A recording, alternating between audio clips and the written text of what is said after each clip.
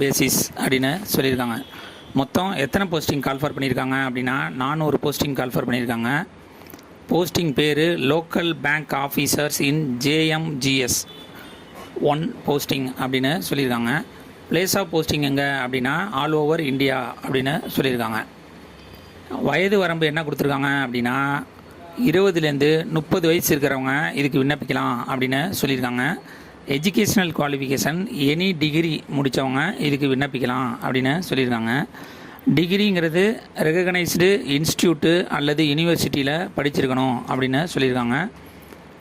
இந்த candidate must possess valid mark sheet degree certificate that she is a graduate on the day she registered and indicate the percentage of marks obtained in graduation while registering online அப்படின்னு சொல்லியிருக்காங்க. Valid mark sheet மற்றும் ஆன்லைனில் register பண்ணியிருக்கணும் அப்படின்னு சொல்லியிருக்காங்க.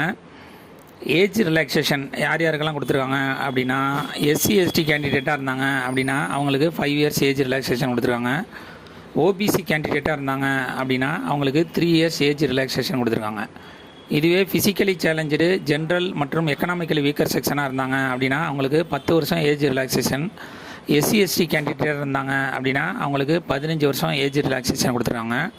Physically challenge OBC கேண்டிடேட்டுக்கு 13 வருஷம் age relaxation அப்படின்னு சொல்லியிருக்காங்க. கடைசியாக எக்ஸ் சர்வீஸ்மேன் கேண்டிடேட்டாக இருந்தாங்க அப்படின்னா ஆஸ் பர் கவர்மெண்ட் பாலிசி பிரகாரம் ஏஜ் ரிலாக்ஸேஷன் கொடுக்குறோம் அப்படின்னு சொல்லியிருக்காங்க.